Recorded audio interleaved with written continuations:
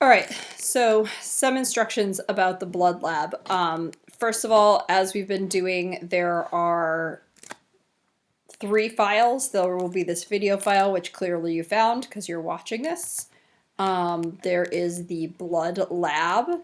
A note about this, there are lots of the lab is all in this video. The lab is missing pages on purpose. There's lots of it, and there are lots of instructions, and you're not going to do activity 1 where it says determine the physical characteristics of plasma. At some point you're going to research that, so like you can watch a video on it or something. You're just no one in any place plays with real human blood anymore in school settings, because it is super dangerous. That said, once upon a time, if you had Dr. Lennox for biology, Dr. Lennox used to talk about how she would, when she started teaching, kids would find out their own blood types by like cutting their fingers with a lance and like dripping out blood, which is like, I would like to say that I'm young enough that that never happened while I was, like, not even when I was a student. So, at least saying I'm younger than Dr. Lennox. All right, so here is a very useful chart that you will use for the lab, so keep that on hand. You're not going to do this blood test, but there's information that you need about erythrocytes and then all the leukocytes here. So I would use this information for your lab. That's why it's in there. And then let's see, hematological tests, that's where the break is. So in the lab, they're like, play with blood. We don't do that. But here there are more leukocytes. Oh, that's on there twice. Never mind. We're gonna get rid of this one. Boop. Gone. All right. Never mind. Blood typing. This has information about blood typing and information about forming platelet plugs, which is not in this lab, but it is in on your exam. And then there's a great scanning electron micrograph of scab, and if you know me, you know what a big sucker I am about scanning electron micrographs. And then there's information about ABO and RH blood groups, which I'm going to give you a little lecture on that because it's on the test, and I find that of all the information, like, it's just hard for kids to digest on their own, so I will give you that. But here's more information that you'll need for your lab and for how ABO blood groups work. You should fill out this chart. So I will put this chart in. So of all the lab exercises, you should do this one. So I will put this one in the lab answers. So, and that brings me to the questions. So as per usual, there are places to put answers in the lab. I will put that chart right here. From page 35. And then that brings us to the lab. So if you print out the lab, you can answer it there, but the chart you can answer in the lab, and this chart you need to fill out because it is unique, because it goes with the lab questions that we do. So without further ado, let's get to the actual lab. So this is very specific for distance learning. Under normal circumstances, you would sketch the blood cells, but since I'm making you label the hearts at the end, I decided, forget it, we won't. So what you're going to do is you're going to identify the blood cells. I would use a red blood cell, which you need to identify as one of these cells, as scale, and then I would use the table on page 426 of the lab that I just showed you to help identify them. So you'll pause the video to look at the slides, you will identify what they are, and then you'll fill out the chart on the lab sheet. Oops, sorry. So this is figure 1. Figure 1 has two cells in it. The pink cells and the little purple cells. So where are you going to put this information? You are going to put this information here. So arrows, you're going to identify it. You're going to put its function. For the little small purple cells, you're going to identify what they are. You're going to say what their functions are, and you're going to say if they are granulocytes or agranulocytes. And you're going to continue filling out the chart for the rest of the slides. All right, so that's figure 1. Figure 2, you're only going to identify this purple cell. So ignore the red ones, the pink ones in the background. For figure 3, again, you are only identifying this purple cell. So this is the border of the cell. This is the cytoplasm, and I would say that this is the nucleus here. Say that it probably has 3 lobes to it. This is the cell that you're identifying. This is the boundary of the cell, this is the cytoplasm, and this is the nucleus, taking up most of the space. For figure 5, you're identifying this purple cell, and this is its nucleus. And for figure 6, you're identifying this cell, and then this is the nucleus. I would say it has 2 lobes. On your test, you're going to have to figure out for yourself how many lobes it has, though, so there's that. All right, so you're going to fill out that chart, and then the rest of this information is information that you'll use to complete your lab, and information like this will be on the test. So make sure that you might want to just take notes on it if that's what you do. But you don't have to. It's you'll need it this information though to complete the lab. Okay, so blood types. Just a background on blood types. Blood types are determined cellularly by surface antigens, and I always think that the easiest way to think about it is that think of A-type blood. So first of all, there are 4 different types of blood. You can be A-type blood, you can be B-type blood, you can be AB, or you can be O.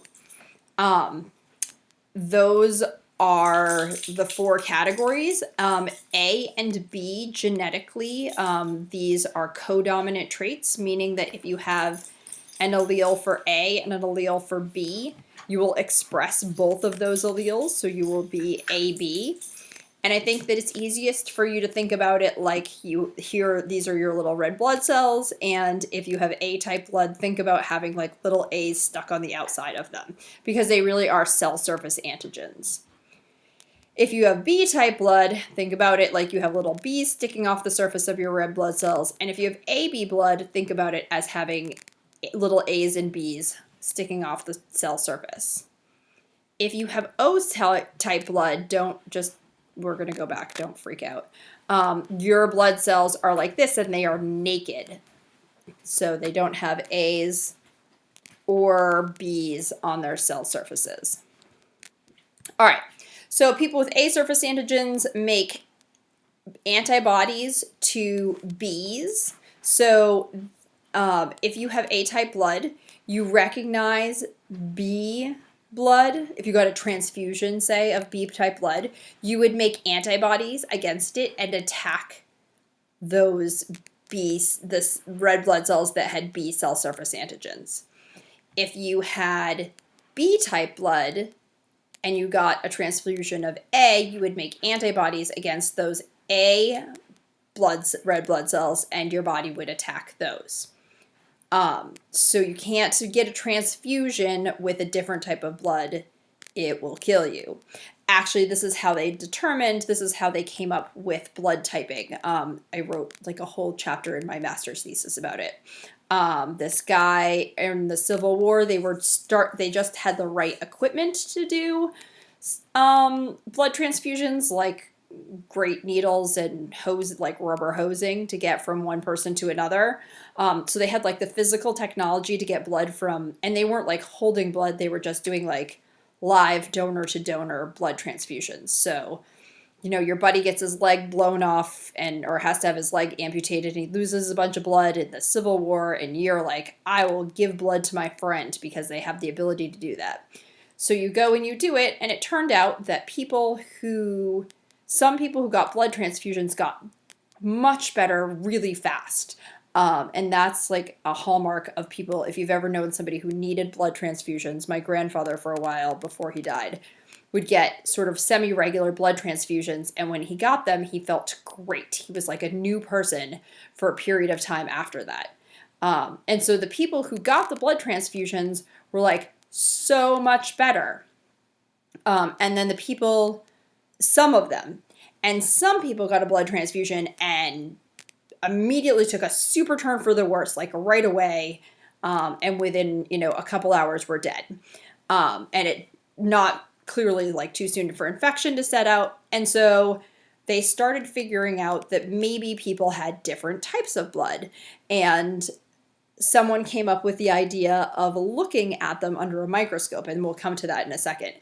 Because the technology for telling different blood types is literally, like Dr. Lennox said, something that you can do with a white plate in like a battlefield or in a classroom. So it's super low tech.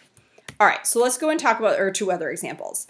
If you have A-B surface antigens, like this cell here, that means you have A's and B's on your cell surface, which means that if you get a blood transfusion, it doesn't matter what you get because your body is used to seeing B cell surface antigens. So if we go back, if you get some of these cells, your body is used to seeing B's. It doesn't care that there are no A's there. And so your body is fine with it. If you get a transfusion of A's, your body is used to seeing A cell surface antigens. And so your white blood cells are like, cool, you belong, and that blood is okay in your body too. You can get O-type blood because these are the naked red blood cells that can, for some reason, these are like the most inconspicuous naked cells. They don't have any cell surface antigens, and so nobody's body reacts to them. So if you have AB blood, you don't make any antibodies. If you have O-type blood, is that the next one? Nope. If you have O-type blood, you make anti-A and you make anti-B. And so you can only receive blood from someone who also has O-type blood because your body is not used to seeing any cell surface antigens on its red blood cells. And so the A cell surface antigens and the B cell surface antigens will cause your body to react and in a very negative way.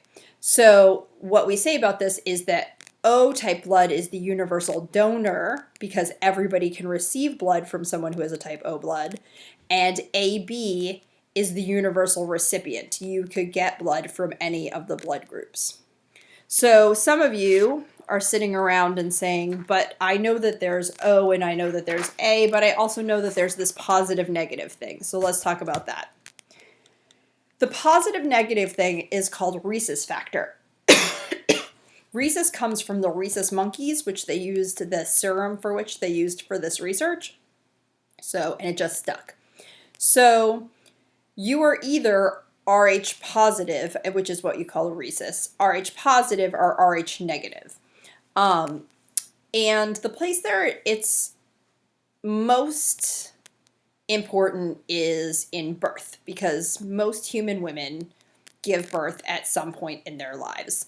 At which point, when you go, part of like your general pregnancy screening is to see if you are Rh positive or Rh negative. I will tell you that I am Rh positive. I know that because I've had 3 children, and it's like part of your basic, oh, you're pregnant and having a baby, like we need to cross off the are you Rh positive or Rh negative. I've also taught adult ed for a long time, and adult ed students tend to be adult people, and also they tend to be women, and they tend to have already had children. And so I have had several students who have been Rh negative and had Rh positive babies, and they have told me their stories, so I'll share that with you. So it's just like if we go back to our little blood cells here, rather than having A's and B's, you had little positives, little pluses sticking up. Negative means you don't have anything. So this cell here is actually O negative because it doesn't have any little plus signs sticking up after it. If this one was AB positive, it would have little plus signs. Imagine that there's little plus signs on here. If this was O positive, it would be like this, but it would have little positive cell surface antigens, or RH cell surface antigens. And if it was O positive, then it could only give to people with it could give to this person who is AB positive, but it really couldn't give to this person if they were AB negative. So O negative is really the universal donor, because it doesn't have any cell surface antigens. They're completely naked. All right, so let's talk about being pregnant. Not being pregnant, but let's talk about RH factors in pregnancy. Let's see, do we want to do it like this? No, let's just talk about this one. All right, so when you're pregnant, you actually don't share any blood with your baby. The placenta is in between your body and your baby's body, and so the nutrients and everything go across the placental barrier, but your blood through diffusion, but your bloodstream stays separate from the baby's bloodstream. So if you are RH negative, then they would ask you if you knew your partner's blood type. If they are RH positive, so if you're O negative and your partner is O positive, then you would have to have the first baby. It doesn't actually matter, mostly. The first baby, but assuming that when you give birth, your blood and the baby's blood commingle, at which point your body is exposed to RH positive cells and builds antibodies against them. That's a pretty common thing. So you would imagine, if you've ever seen birth, it's pretty bloody. The placenta has the baby's blood in it. I can't think of anyone who gets out of childbirth, particularly their first time, without bleeding. Or without, some tears. And so if you're cringing, good, birth control. Practice it. So what happens is, this first time you're pregnant, this is just the most awkward diagram ever, but here's the maternal blood, here's the baby's blood. The baby's RH positive. The mother is RH negative. She gives birth. That's why she's in this awkward position. But the second time, the antibodies from the baby can cross the placenta, and they can come from the mom's side, and it can cause the mother's bloodstream, like the mother's body fights the fetus, and it can cause problems with the baby. So what they do in modern medicine is, if you are RH negative, and I can't imagine, there's so many different scenarios where this baby could be RH positive, and even if your partner is RH negative, cheating and the like, which happens more than you'd think, or if you just don't know, I don't know my blood type, except for that I'm RH positive. I certainly don't know my husband's blood type. But because I'm RH positive, you don't have to worry about it. If you're RH negative, they give you immunoglobulins, which go and bind up. They essentially just distract your antibodies, and you get shots, immunoglobulin shots throughout your pregnancy, not in the beginning, in the second and third trimester, because the placenta isn't really in action until the second trimester. And so it causes those antibodies to be distracted. They're all tied up. The immunoglobulins actually just sort of tie them all together so they can't work, and they don't cross the placental barrier, and they don't attack the fetus, and it doesn't kill the fetus. So good times. So that hemolytic disease of the newborn is something that happens to women who are RH negative. This is just another diagram of it. Negative mother, positive first baby. Now she has positive antibodies. And the second pregnancy, she goes and fights it, and it causes complications in second and third pregnancies. All right. So how do you tell what your blood type is? The most old-fashioned way is hemagglutination. Hemagglutination is a way of determining what kind of cell surface antigens you have. You use sera, and this is a little bit confusing because everything seems to have like a similar-ish name, but you use anti-A and anti-B sera. So anti-A literally is something that goes and it is against A cell surface antigen. So I'm going to go back to our little blood cells from before. Anti-A sera means it has antibodies to A, and so it's going to take A blood cells and it's going to bind them together, so they will clump. So it would take this A blood cell and bind it to another A blood cell, bind it to another one, and they clump up together. And that clumping is called hemagglutination. Again, if you had anti-B, it would glob the B's together, and so that will clump. So what it looks like is like this. So the example from page 435 is that anti-A here, if it binds with anti-A, that means it has A surface antigens, which means that you have A-type blood at a minimum. This one didn't. This is just a dot, like this is just blood sitting there. The anti-D or anti-RH, this is your positive negative. So because it did clump here, that means you have the positives. That means it is positive. So this person would be A positive blood. So if you said, what is your blood type? You're A positive. If it looked like this here on the anti-B and on the A, they would be AB positive. If it looked like this dot, the control always has to be a dot, just saying, and you should always have a control because that's what makes science valid. If this control group was here on the anti-D and it looked just, the B was just like this and the A was just like this, then it would be A negative because it didn't clump with the anti-D. So hopefully that gets you there. All right, that is it, except for at the end of the lab, there are some diagrams of the heart that you need to know. So I thought you'd get credit for it and you would label them. So you're going to label the numbers 26, and then let's add the blank one on here. So, and there's a place to put it here. So even if you fill out, well, you can do whatever you want. Fill it out however you want. You're going to submit them through Google Classroom before 11 o'clock on Wednesday, which I think is our lab time. And then you're going to put the interior, again, they're numbered. If you print it out, you can just write it on there. Just make sure you submit all your pictures and through 25. And those will be on your exams. All right, I hope that helped. And if you have any questions, send me an email. Bye.